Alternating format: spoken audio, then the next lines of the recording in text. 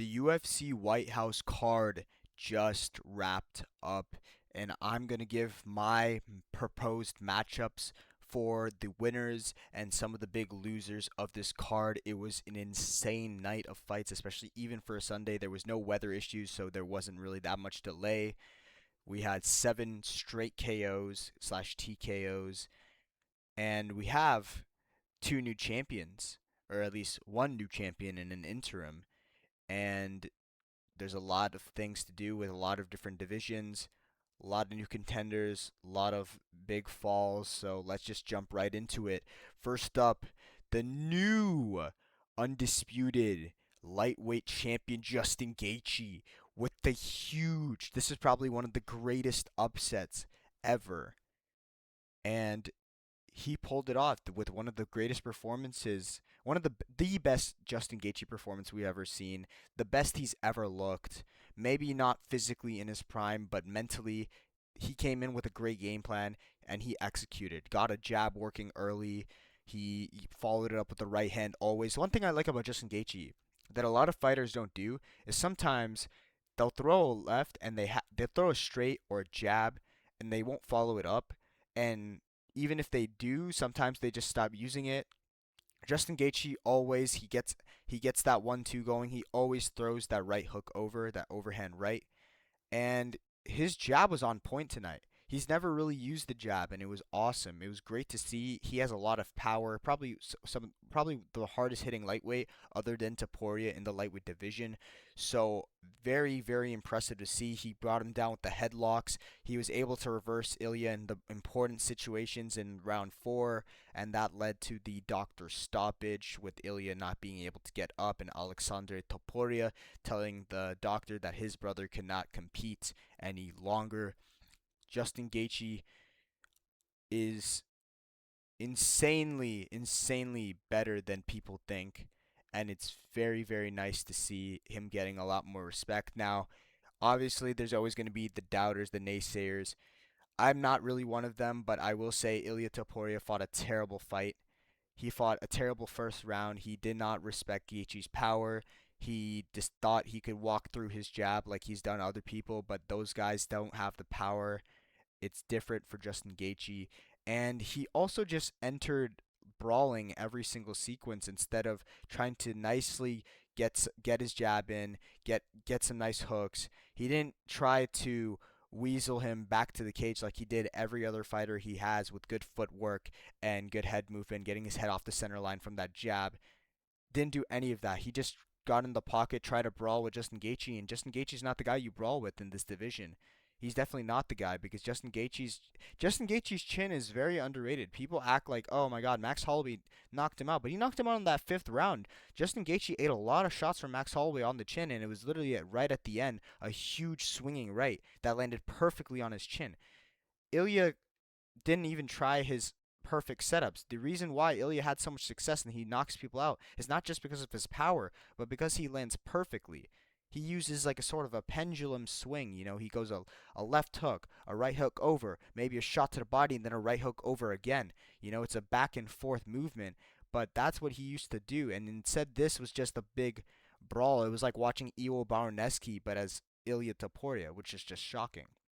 Either way, Justin Gaethje with a huge performance, and we need some matchups for Justin Gaethje because I think Ilya Topuria is going to be out for a while, and I don't know if he should get a title shot. So the first matchup I want to look at is one that's already scheduled actually, and the winner should fight, or one specific winner should fight Justin Gaethje, and that's Conor McGregor and Max Holloway. Obviously, now that you see it, and as I said, one should fight him. It should be Conor McGregor if he wins.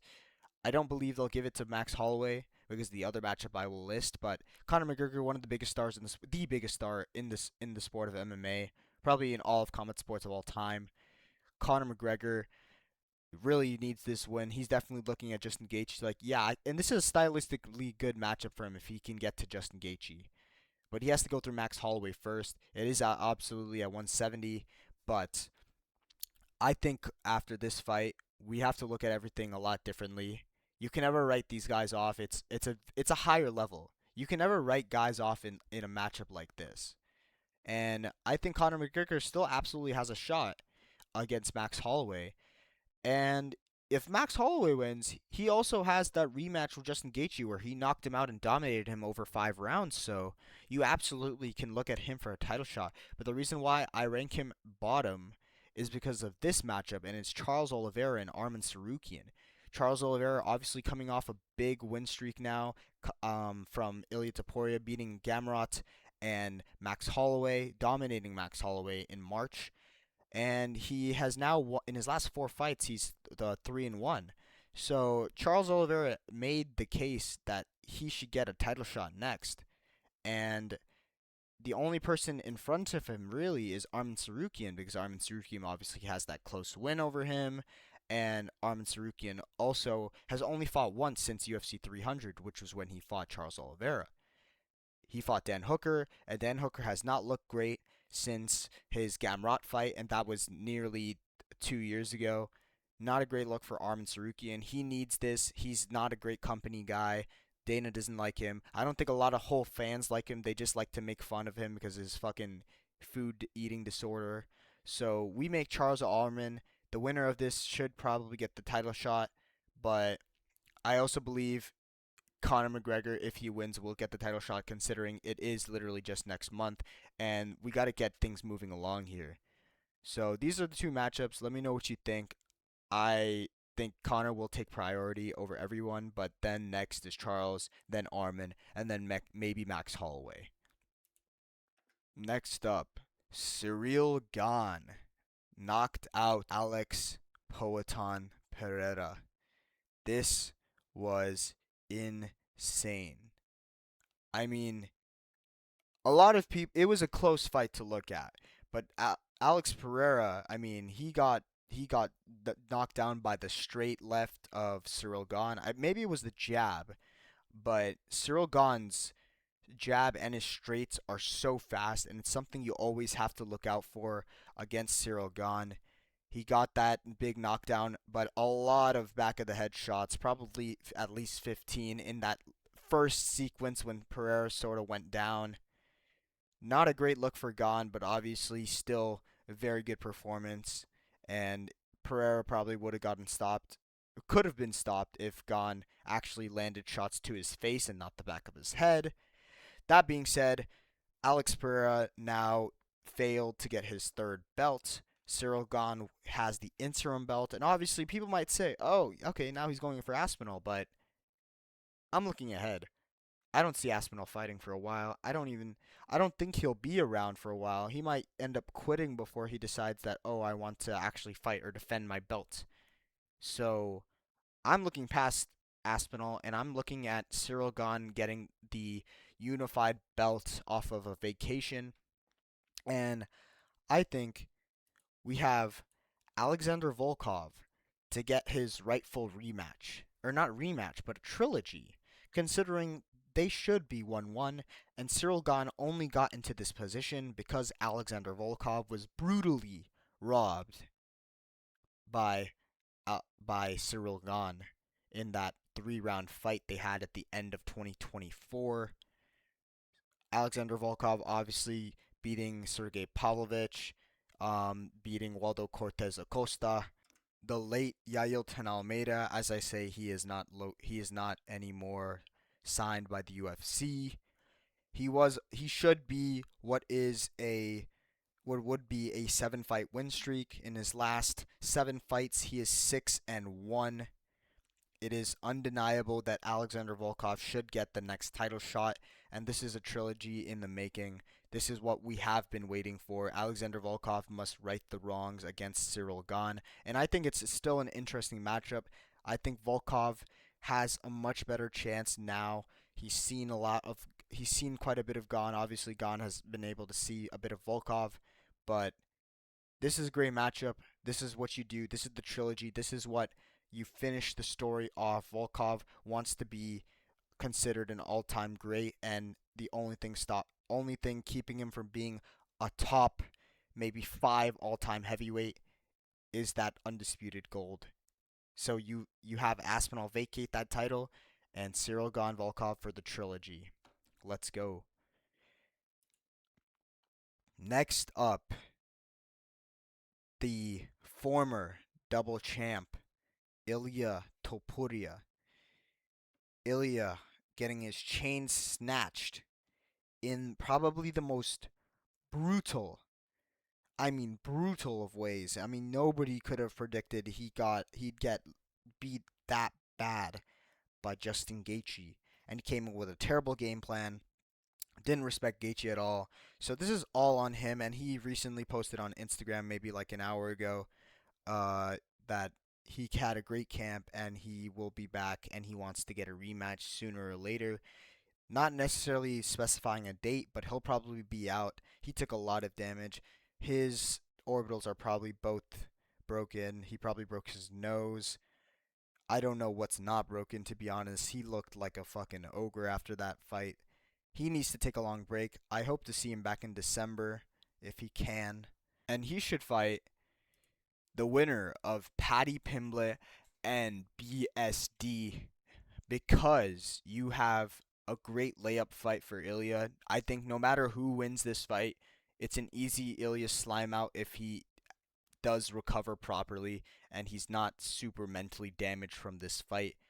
I think no, even if he was, I think the skill level is just too high, and I think Ilya Topuria needs this layup matchup. But another thing I could always see happening, especially if everything gets the division gets put on hold for any specific reason, whether they just don't make matchups or people just don't want to fight, is a Justin Gaethje matchup, a Gaethje rematch for that matter, and I could see the UFC doing that. Obviously, Ilya was one of the biggest stars in the sport. Definitely still is, but he's lost a lot of his former aura, and he needs to gain it back. So I don't think he should fight Justin Gaethje, even though I think he can beat him. I still think he needs a layup because he could always just not be fully recovered by the time he'd get to fight Justin Gaethje. So let him fight Benoit Saint-Denis or Paddy Pimblett. That's a grudge match. You have a France card. You get a UK card. You don't get Spain. I think Spain's dead now for a while, if it's even possible in the future, but it's definitely dead right now. So you got BSD. I think BSD will dominate Paddy Pimblett, but that's up to interpretation. Or you get the Justin Gaethje rematch in December or maybe like next January whenever Ilya's recovered. In the meanwhile, Gaethje should try to fight and defend his belt. Next up, Poetan Alex Pereira failing on his quest to get a third belt, which would have been an interim but probably would have been promoted. Getting KO'd by Cyril Gane in the second round. Obviously, his chin, honestly, in my opinion, his chin held up pretty well considering all the back of the head shots, all the shots that landed right on his chin, especially after he got up. I think the stoppage was bad because it was stopped too late. It was stopped not too late, but stopped in the wrong time. You don't stop it when the guy's standing up and he's got his hands up. You stop it when he's clearly on the ground eating back of the head shots and getting his fucking ass beat. So I don't know what the fuck Herb Dean's on, but he definitely just fucked Alex Pereira in the ass just for that. Let him take so much damage, and then when he actually got up, he stopped it. So amazing Herb Dean masterclass as always. Poetan can't. I don't think he should go back to light heavyweight because, dude, this guy is ginormous. He was a 205er and he weighed 251 on the weigh-in day. He was bigger than Gane.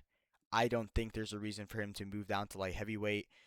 Obviously, I think he came in trying to stay too conservative. Didn't even come out with his signature jump kick to start. Was too respectful of Gane, and it cost him because Gane was able to make the first move, and that's what you never want to do with a guy like Gane. Gane being a faster heavyweight, you want to gain. You want him to respect you, and if he doesn't respect you, he will go into a flow state of his own. That's what happened last night. Alex Pereira now, if he does stay at heavyweight, which I think he will, I think there's one matchup you need to make so he gets a layup, and it's one that you need so he can be a decent heavyweight contender. Because I definitely think he can fight for the title in the future again, and I think it should be Waldo Cortez Acosta. Waldo obviously coming off of the loss to Alexander Volkov last month in May, and he's definitely trying to get a work towards a title shot if he can at this point in his career. He obviously is only 34, and for heavyweight standards, that's relatively young. He had a 3 fight win streak going into the Volkov fight. He had a 5 fight win streak going into the Sergey Pavlovich fight. Now he's lost to both the prominent Russians, and he's at the pinnacle of the top 4 heavyweights in the world. And I think if he wants to work his way back to a title shot, if he wants a rematch with like a Pavlovich or a Volkov, or even try to get a Gon fight, he needs an Alex Pereira style win. And a lot of people are probably going to think, oh, you should have put it with Hokit. But my thought process is that Poetan is one of huge star, and he needs a layup, and Waldo also needs a one step up in competition, and he needs a big win on his resume so he can call a shot. And I think Poetan would absolutely destroy Josh Hokit. It just would not be funny at all, and we need to really evaluate what matchups we put Pereira in here. We want it to be relatively serious that he can make a claim for a title run at this point in his career. He did just sign an 8 fight deal. I'm not sure if this is the first fight on that, if he has 7 fights left or 8 fights left after this, but he definitely doesn't have more than 3 or 4 left. He's about 38. So we have to get as much as we can out of Poetan if we want another run. And I think it should be against Waldo Cortez Acosta. Next up, Diego Lopez. Diego Lopez obviously getting the ginormous win over Steve Garcia. Big KO win. As I predicted, my GOAT pick of the week. I also just realized I sidestepped that my GOAT parlay of the week did not hit. Alex Pereira and Ilya by KO. Both of them got finished. So that's a 1-1 record for that. And now my GOAT picks are 1-1 with Diego Lopez getting the big KO win over Steve Garcia in round number 2. I said it in my breakdown. If Diego Lopez gets in the pocket, if he swings hooks, if they trade, Lopez will put him down. Garcia doesn't have any good head movement. He doesn't have a good chin. He got knocked down by Nurdan Beek, and he got finished by Mahashete. So not obviously not a great look, and I was really not huge on Garcia, at least to face Lopez. I like Garcia, but I thought this was too high a level. He had a good first round. Lopez did his regular thing where he backed up a lot and he didn't want to throw. I got really scared. It felt like watching him fight Volk all over again, where he just has no confidence for no reason at all, by the way. This guy can absolutely beat every featherweight in the division, and I'll still lay claim to that. I'll still say it till the day that Lopez gets finished or knocked out, because Diego Lopez at his best is the best featherweight in the world. There's just no doubt about it. This kid is fast. He has good finishing instinct. He knocked down Lopez. He knocked down Garcia immediately and got good ground and pound. And the fight was done. Garcia went out cold.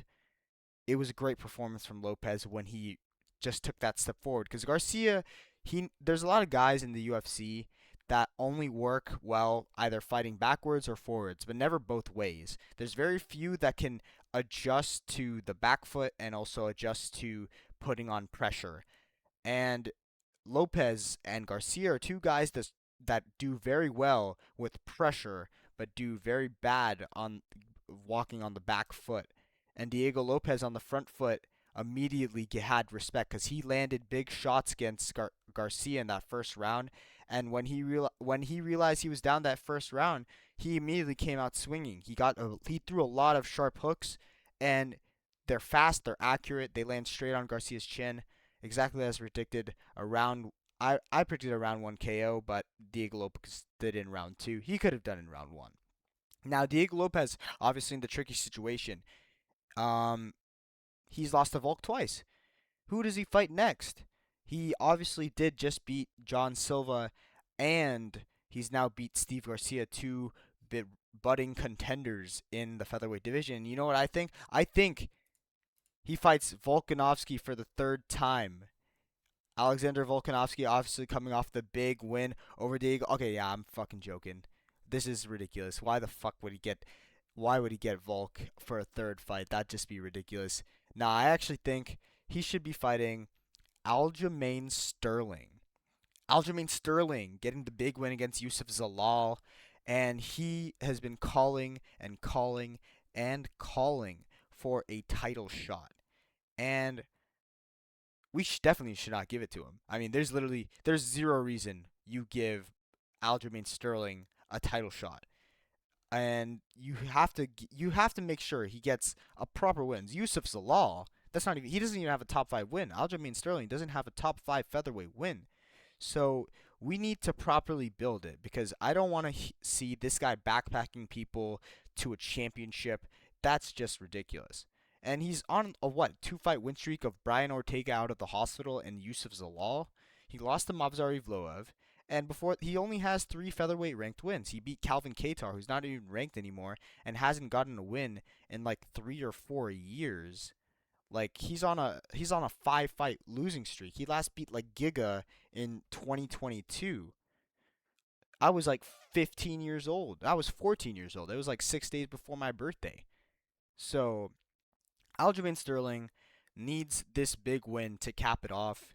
Obviously, I've heard people say the Yair fight, but I'm tired of waiting on Yair, and I think a lot of people are. I think the UFC is getting tired of waiting on Yair, and Yair is just fine with sitting and defending his ranked 5 against people outside of the top 10. So, and he's definitely scared of Lopez now. He talked a lot of shit, but he's going to lose that fight, and he doesn't want it. He knows it. That's why he's not calling out Diego Lopez. So, we're going to have to wait. Yair is holding in the rank 5 spot. Diego Lopez, Aljamain Sterling, number 2, number 4. This is the fight you make if you want a title eliminator. Mavzar is going to get the title shot, as he should. I believe he should. And John Silva should fight another contender in the meanwhile. Next up, Sean O'Malley. Sean O'Malley getting the obvious KO win over Zahabi. I mean, fucking Captain Canada, bro. Captain Canada, pretty terrible fighter.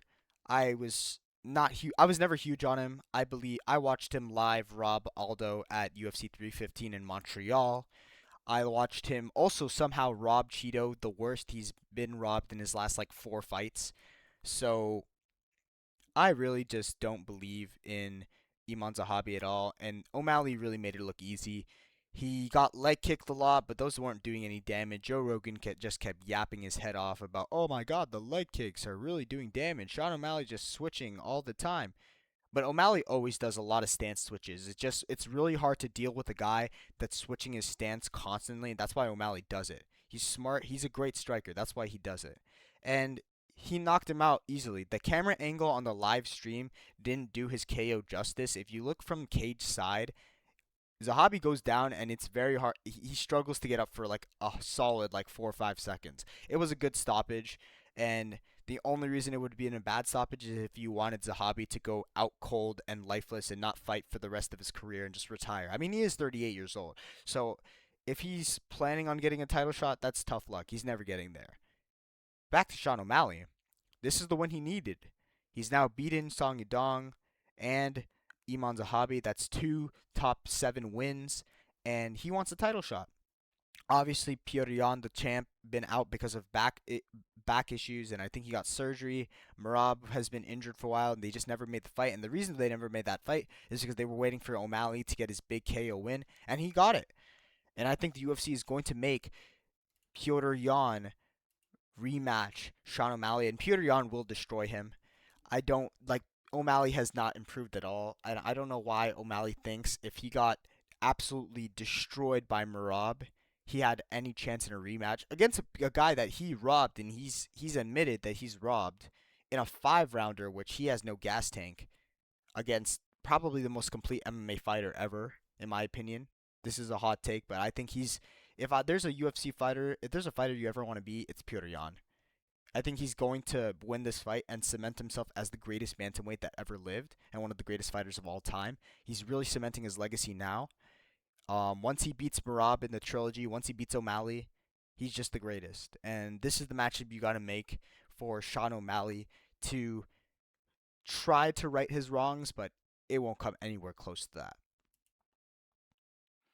Next up, the always exciting and the always talkative Josh Hokett. Obviously, Josh Hokett got his big win over Derek Lewis, round 2 KO. This time, it looked a bit more believable than Waldo's jab that missed against Derek Lewis, but very good win for Josh Hokett. Now he's not didn't look that great, to be honest. It's a good win for his resume, but overall, when you look at the context, it was a bit of a struggle. Derek Lewis kind of pushed him a bit, and it was just two fat heavyweights we watched. Josh Hokett probably loses to a top heavyweight, and we're kind of bordering there. Like, we need to make that matchup. Like I said, I'm not making Waldo because I think I'm not making the Waldo matchup because I think it's better for Pereira. I think you need Pereira to get a solid win at heavyweight, and I think Josh Hokett loses to any of these guys except for maybe Waldo. And sooner or later, the train is going to end for Josh Hokett. And I love Josh Hokett. I've been a big fan of him since he was on the regional scene. I saw a lot of his promos back then. So I've been a fan of Josh Hokett for a while, but he's just not improved, and he needs the loss sooner or later. He's one of the only undefeated fighters left in the UFC, especially at the top of the divisions. So I think he should fight Sergey Pavlovich. Sergey Pavlovich is on a tear. I said this in my previous matchups video. Pavlovich should either fight Josh Hokett or Cyril Gane, no matter the outcome of Cyril Gane's fight. And honestly, looking back, I think I oversaw what Cyril Gane could do, and I also forgot about Volkov. I thought that Pavlovich could really just get a title shot off of that. But to be honest, I think this is a better matchup while Volkov gets his rightfully earned title shot. I think Pavlovich gets an easy slime out KO, and Hokett has time to improve while he sits out after getting KO'd. Obviously, this seems like it'll seem bad that I'm just setting him up, but to be honest, I don't see anything better for Hokett at this point. He shouldn't fight below him. Obviously, getting two big top 5 wins now, and there is only people above him after that, right? So the guys above him are the best of the best in the heavyweight division, and I think he loses to all of them except for maybe Waldo Cortez. So no point trying to match up a fight that he wins just so he can lose to the best right after. So might as well have him lose this now so he can improve in the future. Pavlovich will earn his title shot, a rematch with Alexander Volkov, or a first fight with Cyril Gane, which is interesting to me. Next up, Mauricio Ruffi. Obviously, I'm a dumbass. I fucking picked against Mauricio Ruffi. I don't like Mauricio Ruffi that much. That's probably why I did it, but I'm going to try not to do that. I'm going to try to leave my bias out of my future picks. It was an oversight on my hand. Obviously, Mauricio Ruffi did not look comfortable when Chandler shot a double leg, and he got a lucky whizzer out of it, but still kept him up, got some big right hands, dropped Chandler a few times, and overall he dominated, finished him in the first. It was what people expected, and he went out there and did it. Now, the only issue for Mauricio Ruffi is there isn't a lot of guys that are available. Most of the guys in the top 10 are either matched up or the fight wouldn't make sense for Mauricio Ruffi. Like, let me list it out. You have Justin Gaethje as the champ, Ilia Topuria as the number 1, and now he's going to sit out for a while. You have Max Holloway fighting Conor McGregor. Charles Oliveira probably fights Arman Tsarukyan. I don't think he gets a top 4 guy.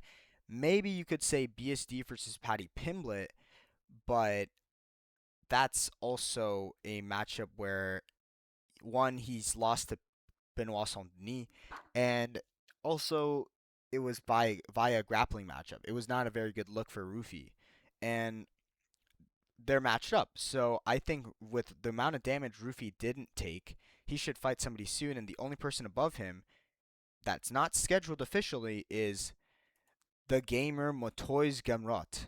Obviously, Gamrot getting the big win, a sub-arm triangle over Esteban Ribovic, and it was a great look for the gamer. He was coming off the loss to Charles Oliveira, and also he had also lost to Dan Hooker in his last few fights. But in his last 7 fights, he is 5-2.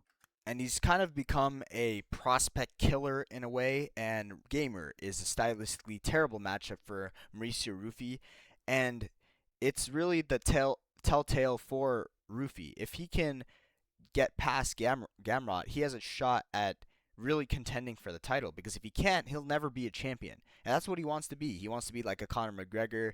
He's got that little mystique about him. He's left the fighting nerds. He went to Alexander Volkanovski camp. So the Gamer Gamrot is the fight you want if you want to prove yourself, and also the only one really available. And Gamrot at 35 years of age, he's probably not getting a title shot anytime soon, and he's lost to the big contenders. So if he wants to try to get maybe like an Armin rematch or even just a top 5 fight in the future, he needs to be a Mauricio Rufy. So I think this is the fight we make. Forget Salkhield and Gamrot. That's just ridiculous. Forget about that. I think this is my final matchup for the card for Bo Nickel. Bo Nickel, obviously very impressive. His second KO in a row now, beating Kyle Dawkins in the first with a big right hook and dropping to ground and pound strikes. Great performance from Bo Nickel. He got a big takedown at the start, a big double leg. He got into half guard and then threw mean elbows, nearly got into mount, or he did get into mount, and it was a very, very dominant performance for Bo Nickel. Obviously, he wants a top 15 guy. He wants to show that the Ritter fight last year was a fluke, or he just wasn't as experienced, and he's definitely improved. So I think you make that top 15 fight, and based off who's available, you make G-Rod, Gregory Robobama Rodriguez. He is coming off a big win over Bruno Fajeda to get his top 15 ranking back. It was a flatline KO in the first, and he's also beaten Roman Kopylov, which is a win that ages well always, because Roman is a very crafty middleweight contender, not contender, but unranked fighter. Robobama definitely wants to get back to the top 10 um, talks. He's obviously lost to Jared Cannonier, who's just been scheduled against Christian Leroy Duncan, who has lost to Gregory Rodriguez. Gregory Rodriguez was beating Jared Cannonier, and then he gasped because he only threw power shots. He definitely has looked improved, and I think he definitely wants to prove himself. Bo Nickel wants to prove himself. This is the fight you make. It's pretty straightforward, and I think a lot of people will like this fight. It'll be a barn burner for sure. And that's it. Those are my UFC White House matchups. Very, very fun card. It was so exciting. A lot of big upsets. Can't believe Ilia Topuria got finished by Justin Gaethje. The way Alex Pereira lost to Cyril Gane. It was just an insane card, top to bottom, 7 KOs. I don't think I've ever seen that before. I don't think that's ever happened before. Really appreciate all the support on the White House predictions video. I didn't really do that well. I went 3-4. Hopefully I can do better with Cop Horiguchi in the Apex this weekend. I hope to have that video out from Wednesday or Thursday. So stay tuned for that. This is Deshaun Goatland signing out.